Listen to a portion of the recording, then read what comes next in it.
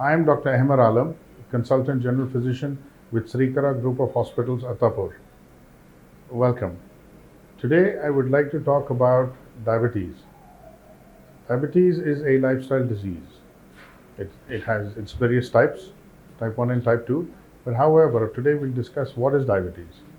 Diabetes is a abnormal blood sugar levels, or the body is unable to control the normal blood sugar levels, therefore increasing in their serum levels and causing increased blood sugars.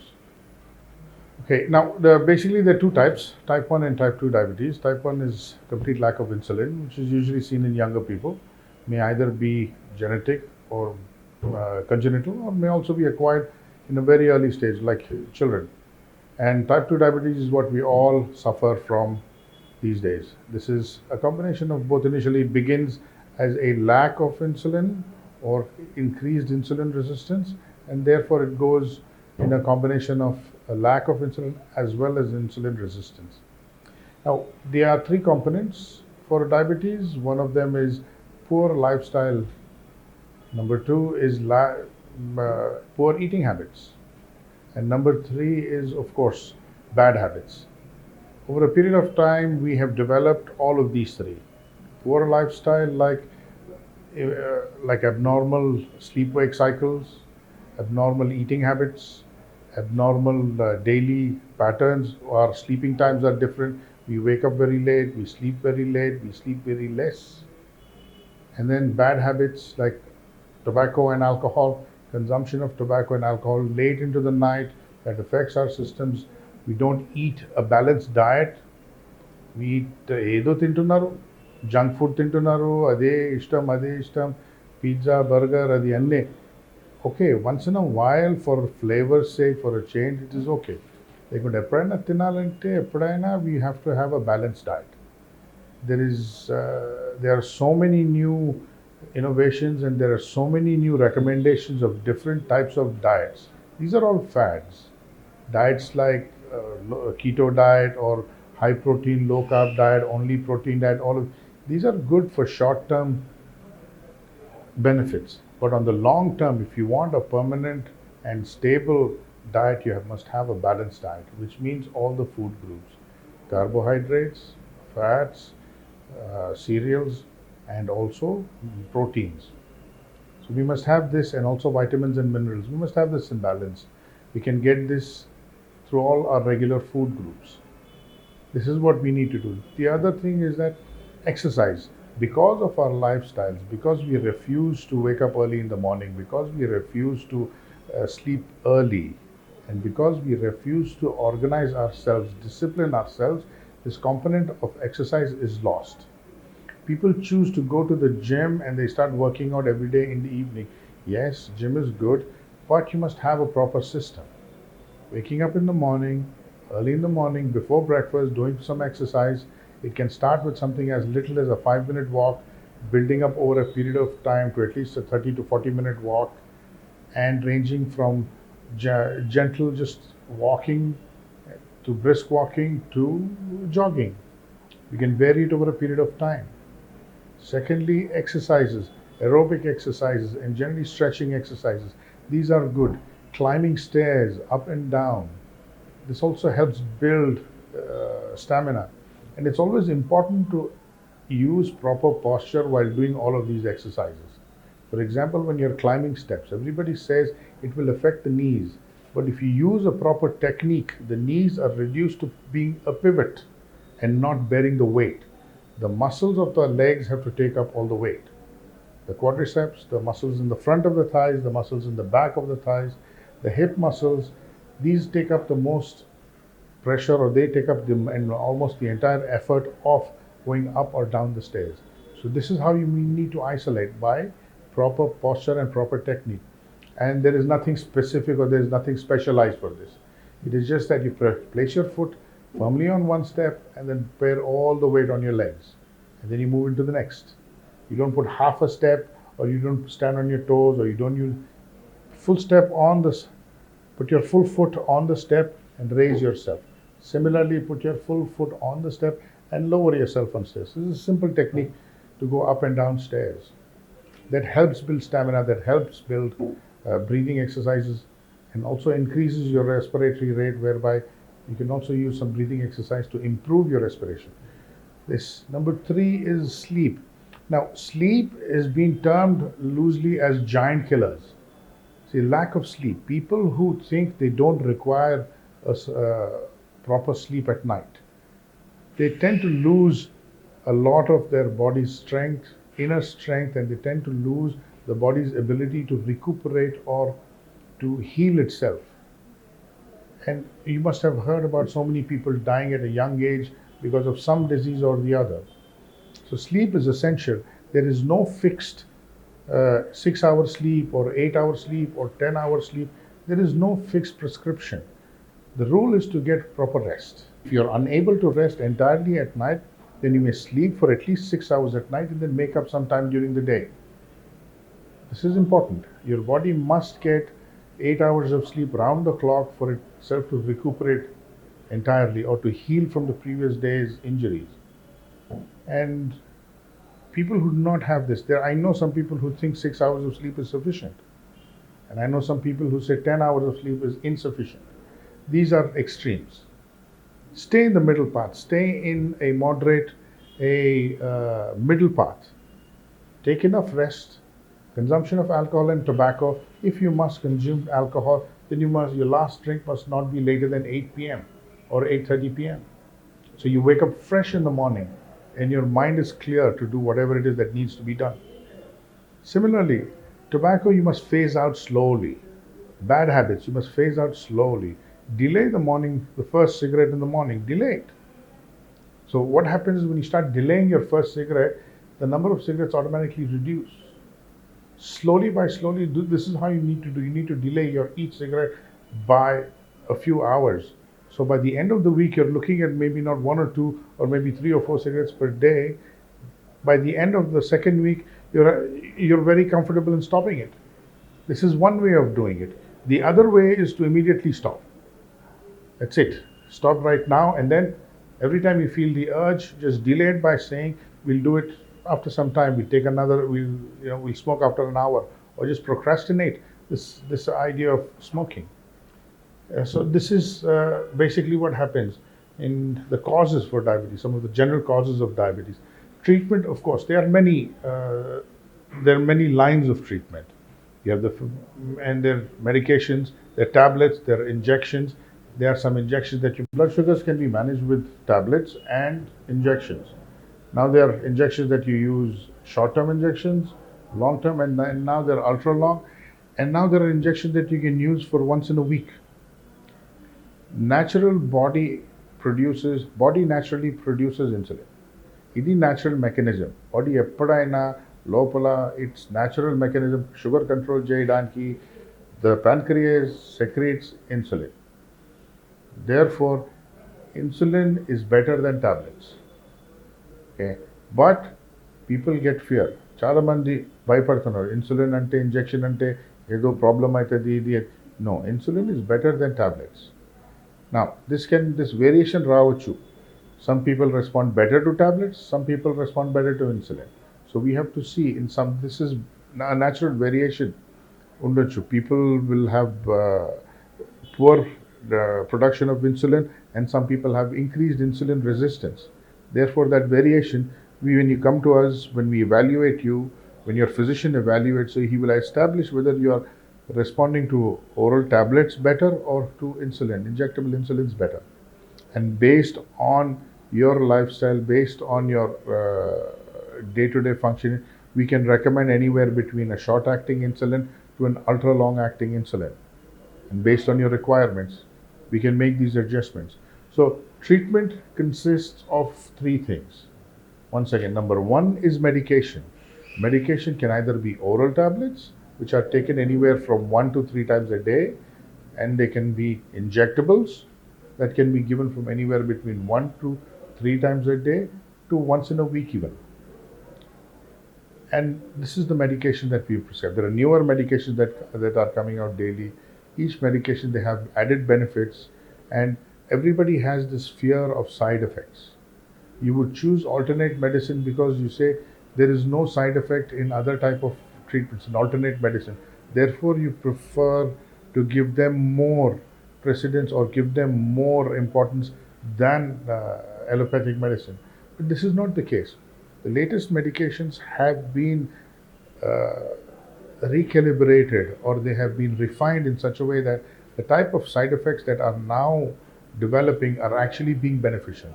For example, there is one drug that causes, the side effect of this drug is actually weight loss. Okay, so this helps. And there's another drug that, this is a insulin that is, it's called Ozempic. It takes about, it's a 1 week, once a week injection. And the other drug, Metformin, which is commonly rampantly used, this also helps in reducing weight. And this also helps in improving the glucose absorption through different mechanisms. So tablets as well as injectables. So the side effects in these tablets is actually what is being used also as benefit. So this is, the idea of side effects has now changed. So do not fear taking medication based on whether they have side effects or whether they don't have side effects. See, your biggest problem is you have blood diabetes. Untreated diabetes, improperly treated diabetes, or uncontrolled diabetes will lead to organ failure like kidney failure, primarily kidney failure. The eyes get affected as diabetic retinopathy, so you will go blind. Number three, they can start affecting other parts of the body. The most commonly, before even the kidney, is the stomach, gastroparesis. They start having problems with the stomach. Then they start having problems with their kidneys, and then they start having problems with the eyes. Sometimes it's not in this particular order. It can be a variation. Either the eyes get affected first, or the kidneys, or all of them at a time. So this is a detrimental. This is a dangerous problem. So worrying about side effects and worrying about maybe something will happen is actually not a good idea. That's actually misleading. So you're actually, this can be loosely explained as jumping from the frying pan into the fire. If you're worried about side effects and you don't want to get treated, or if you're worried about the idea that these tablets have to be taken for lifelong and therefore I don't want to start it, or if you get into the idea that people are trying to fool you or cheat you into starting something, I mean, you must read up on yourself. You must read, you must see there's so much research going on. There's medical research is there that will explain to you what is there. You must read for yourself. Do not follow these social media posts, or do not follow the social media advice. Social media advice is somebody just sitting up and coming up with stories because they think this could be like this. This is their interpretation. This is their individual perception and their explanation, which can be almost totally different from reality. We know that so many social media posts show these unusual events, which are all made up. Therefore, if you need to choose to make a decision, then you must read the proper material. You must subscribe to proper material. And if you just look around in the internet, if you look around anywhere, most of this information, basic information for you to understand, is available entirely and without any hindrance or obstruction, and it's available freely on the internet. So choose to go to some more relevant sources, some authentic sources, some authentic medical sources, okay, which are freely available for everybody, rather than choosing social media posts. Today we know social media is nothing but misleading everybody in every direction, away from the truth, away from authenticity.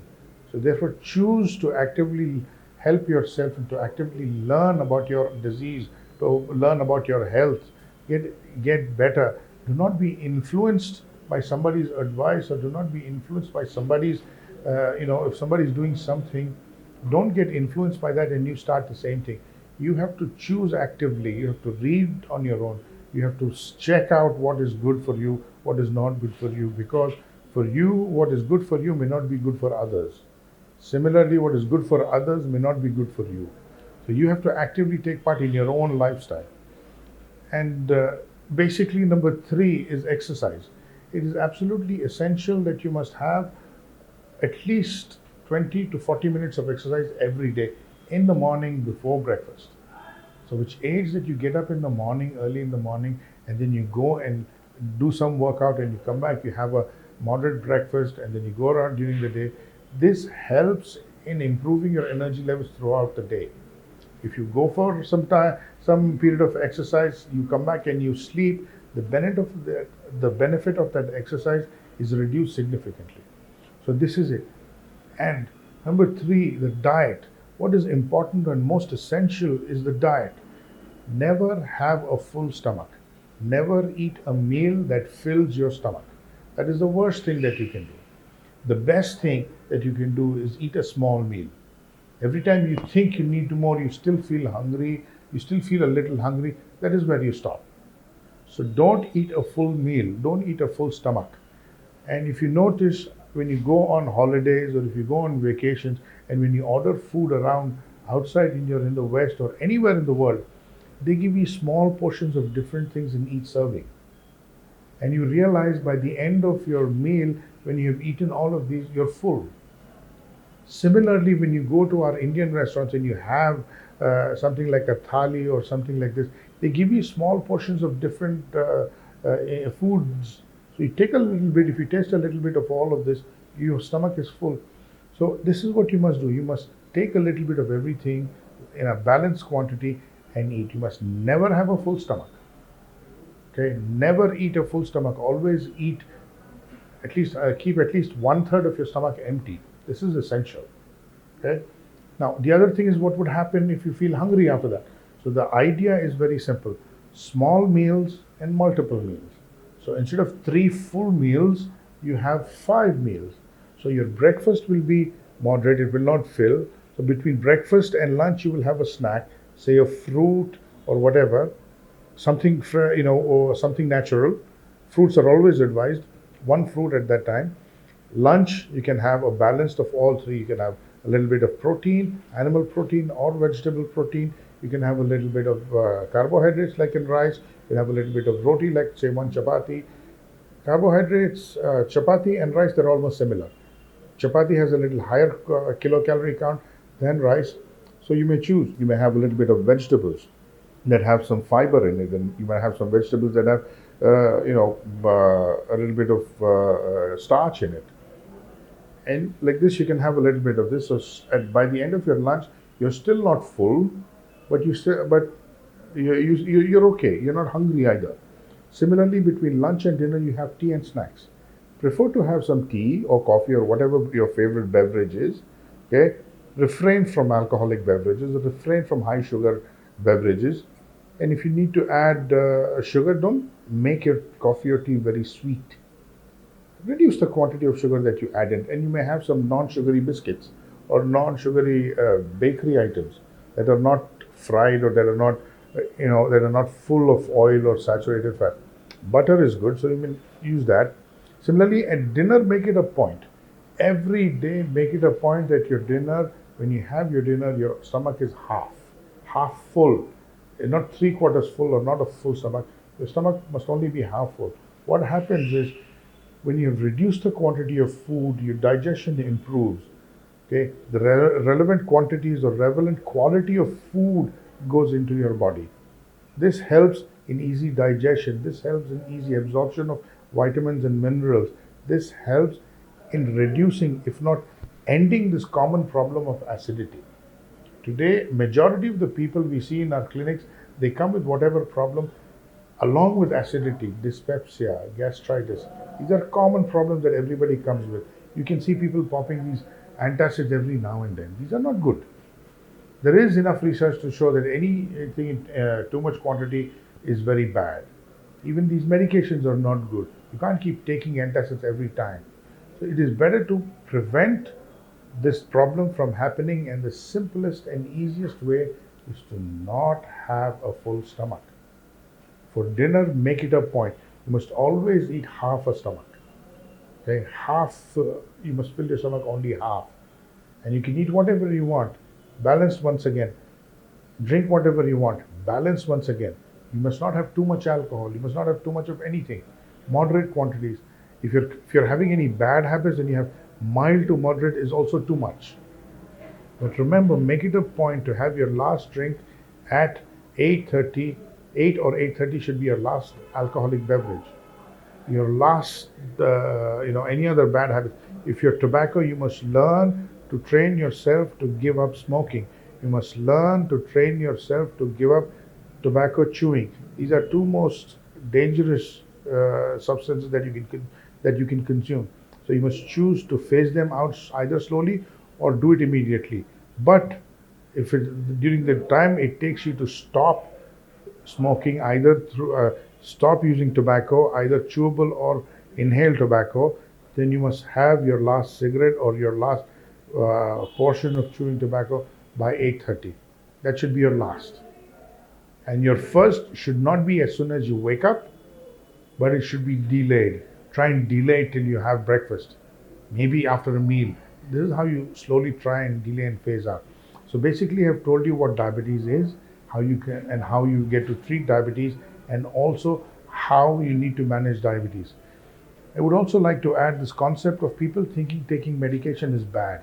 See, once your body is unable to cope up by itself, you definitely require some outside help. If you're unable to do something, you require outside help. This is what these medications do. This is an outside help.